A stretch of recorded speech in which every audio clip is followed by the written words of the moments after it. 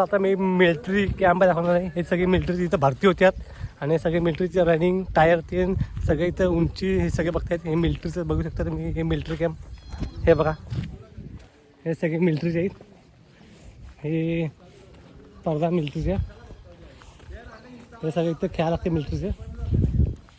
हे बघा हे मिलिटरी सगळं इथं उंच ह्याच्यावर चढा लागते. ह्याच्यावर उडी मारा लागते.